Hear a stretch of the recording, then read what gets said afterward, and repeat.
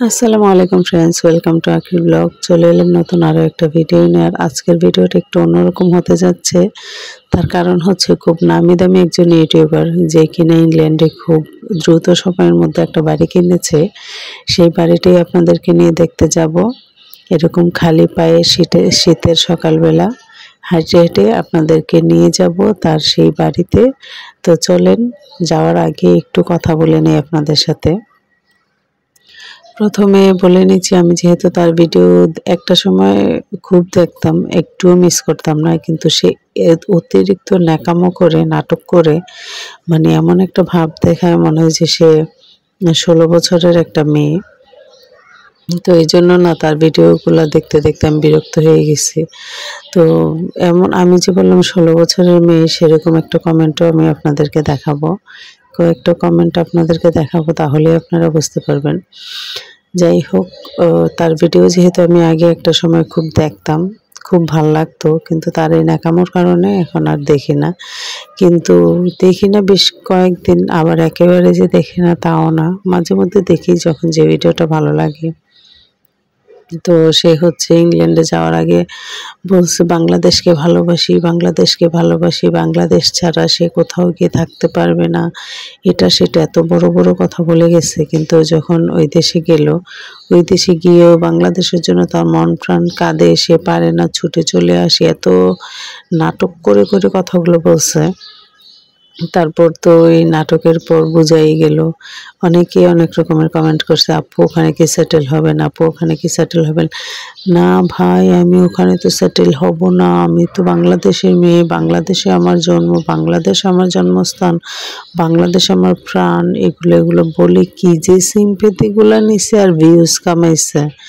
তারপর তখন তো আসলে এটা স্বীকার করতে ওনার কষ্ট লাগার কথা না, যে বাংলাদেশ থেকে যারা এই বিদেশে যায় বেশিরভাগ মানুষই সেটেল হয়, হয় পরিবারের ক্ষেত্রে, না হয় বাচ্চাদের কথা চিন্তা করে কোনো না কোনো কারণে সেটেল হয়, অথবা নিজের ভালো লাগা থেকে।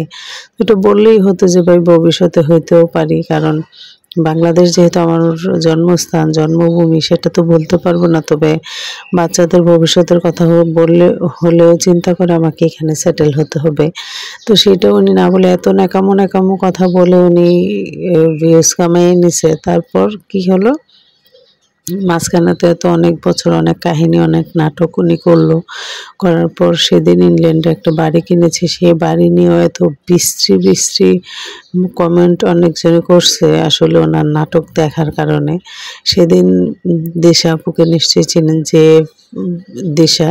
তো ওই দিশা আপুর এক ভিডিওতে, গতকালকের ভিডিওতে উনি অসুস্থ থাকা ওনার একটা ছোট্ট ভিডিও দিয়ে ওনার হাজব্যান্ড ভয়েস ওভার করছে। তো সেখানে একজনে কমেন্ট করছে যে আপনাদের ভিডিও ভালো লাগে, আরেকজনে তো বাড়ি কিনে এমন শুরু করে দিছে, পারে না সেখানেই উনি বেডে কি হয় সেটাই দেখাই দেয়। তো এত বিশ্রী বিশ্রী কমেন্ট আসছে, তো সেই কমেন্টটাও আপনাদেরকে আমি দেখাবো। তো যাই হোক, উনি হচ্ছে এই ধরনের ন্যাকামো করে করে ভিডিওগুলো বানাইছে। তো মনে হলো যে এত সুন্দর বাড়িটা যেহেতু করছে, আপনাদেরকে নিয়ে একটু দেখাই ওনার বাড়িটা, যে উনি বাড়িটা করলো ওনার এই ন্যাকামো পানা দিয়ে। তো বাড়িটা দেখি আমরাও কেমন লাগে, কতটা সুন্দর বাড়ি। তো সেটা দেখতে হলে তো অবশ্যই তার চ্যানেলে যেতে হবে, আর তার চ্যানেলে গিয়ে তার ন্যাকামোগুলো দেখবেন। আর দুই একটা কমেন্ট আমি এখানে ভিডিওর থাম্বনেইলেও দিয়ে দিব, টাইটেল থাম্বনেইল দিয়ে দেওয়ার চেষ্টা করব যদি সম্ভব হয় আর কি।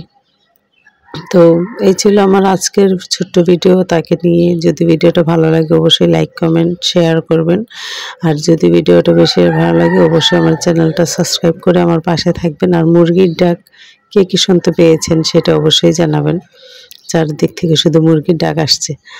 তো যাই হোক, এই ভিডিওটা এই পর্যন্তই। আমি ছোট্ট একটা ভিডিওর মাধ্যমে আপনাদের সাথে আসলে একটু যোগাযোগ বিচ্ছিন্ন করতে চাই নাই বলেই ছোট ছোট ভিডিও দিয়ে কোনো রকম একটু চাচ্ছিলাম আপনাদের সাথে যোগাযোগটা কন্টিনিউ করি। ভালো থাকবেন সবাই, আল্লাহ হাফেজ।